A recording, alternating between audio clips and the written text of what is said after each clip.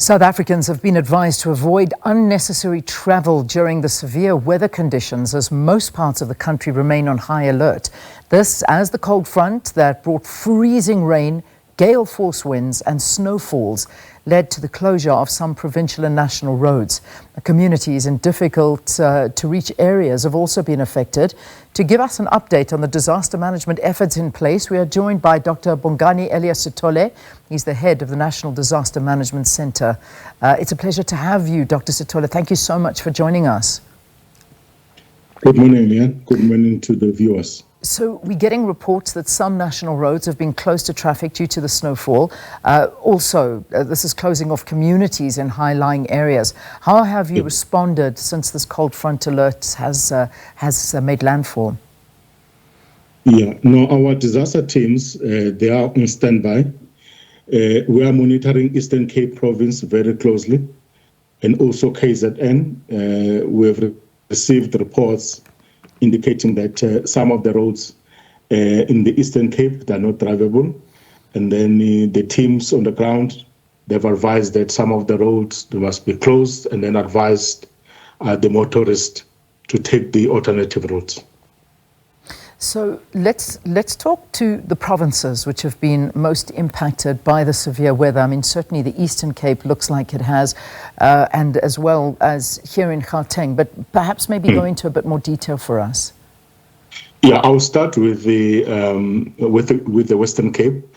As late as Saturday, the Western Cape was affected by the floods. Unfortunately, one person lost her life as a result of the floods.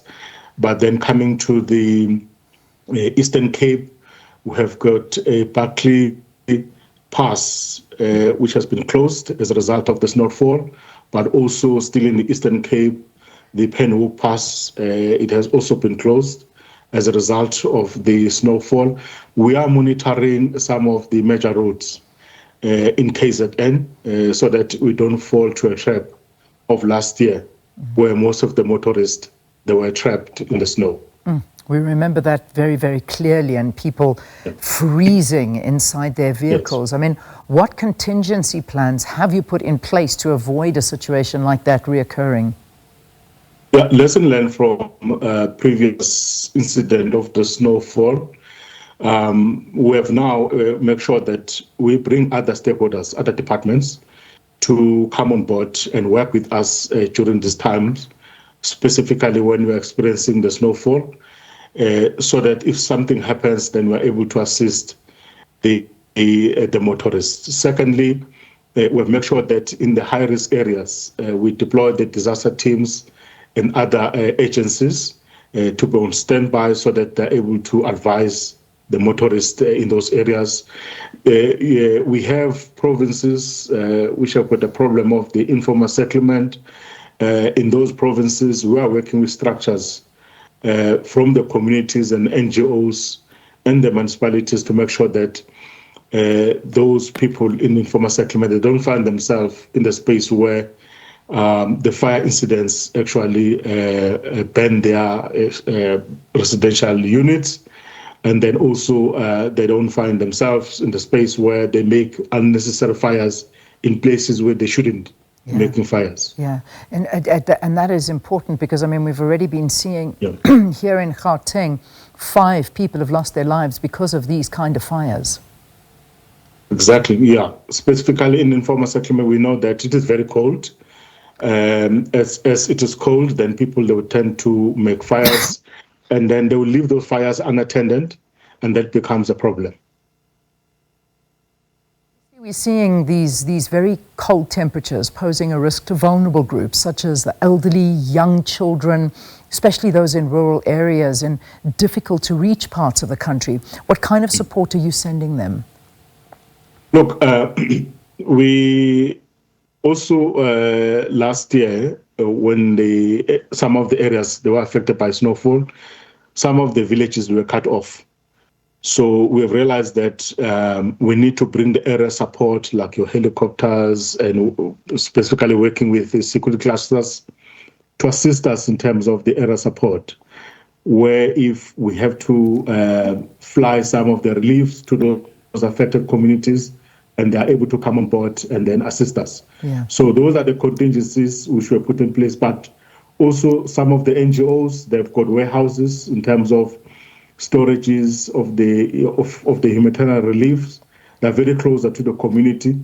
Then we're able to assist those affected if the need arises. Yeah, I mean, I'm looking on social media at the moment, and I mean, I'm seeing things in the Eastern Cape, in Berkeley East. My goodness, I mean, these are just some of the photographs that we've got available. But in Berkeley East, I know that Roburn is on top of that one, where the roads have just sort of, they're covered in snow. It's very, it's very scary. When people are driving on the roads, obviously we don't have, you know, what a lot of European countries have, where they're used to this kind of, you know, these conditions where their tires have got different tires for snow. Here, the roads become incredibly icy and slippery, and our vehicles not necessarily equipped for this. That's a bit of a concern, I imagine. Yeah, of course. As a country, I think we are on the right track in terms of adopting new technology to deal with this kind of hazards, because you are correct. This kind of hazard, we tend to see them in other countries, and those countries, they have adjusted their response capabilities in terms of the risk which they are facing. But also in South Africa, we have now taken a decision that from disaster management perspective, we'll explore all the technology available across the world and bring those technology here in South Africa, and we deploy them so that we are able to deal with some of these hazards which we're experiencing here, because we've seen in other countries, they're managing some of this very well. So it's just a matter of, from our side, to adapt to the new realities, and then we'll see what's the way forward. Yeah, indeed.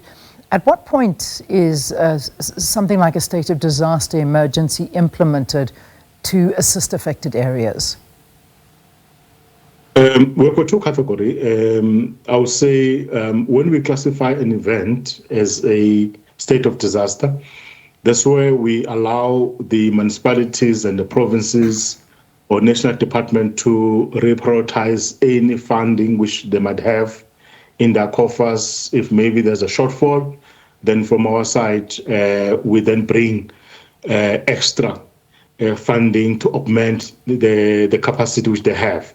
But if we realize that in terms of the funding, we might need to bring extraordinary measures, we then go the route of declaration. That's where we can come up and introduce the regulations, which we can actually use those regulations to control a certain environment, or like you might have seen during COVID, where certain regulation were introduced, maybe for compulsory wearing of the mask. So in this kind of situation, we might have a situation where we need to introduce a certain regulation to deal with certain eventuality. Yeah. That's where we go that direction of declaration. But we always say, as we receive the reports from municipalities and provinces, we then make a determination whether do we need to classify only, or do we need even to take it further and declare the national state of disaster. Yeah, indeed. And, you know, another big issue is that of electricity supply. And,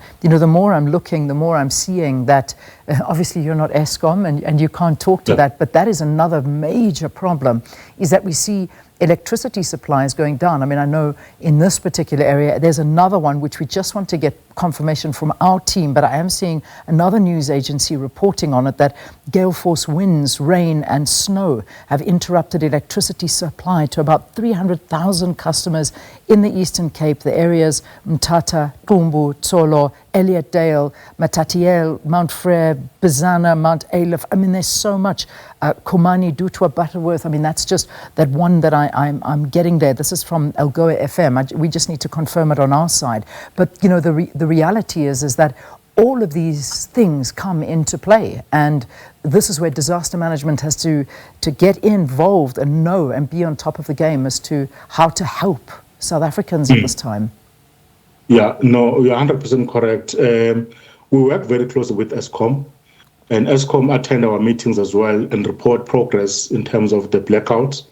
So as and when we experience the issues of the electricity challenges, and then we make sure that Eskom, they attend to those incidences so that the residents, they're not actually find themselves in the space where they can't even cook the food or charge the phones or actually warm their houses as well. So we work very close with Eskom, but we have really, in the past, received a very good progress in terms of restoration of this blackout by Eskom.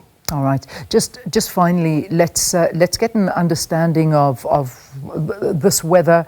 Obviously, it's here for a while. I mean, this is really just the I could say the beginning of a massive cold snap. But what are the predictions? What are we hearing in terms of when this may clear and become better than it is right now?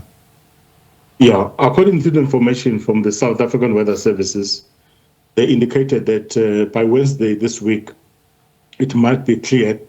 But as you know, that weather always changes. So for now, we have, put our contingency arrangement up to next week, so that at least if anything changes after Wednesday, then we know that we could still deal with any eventualities which might arise. Yeah.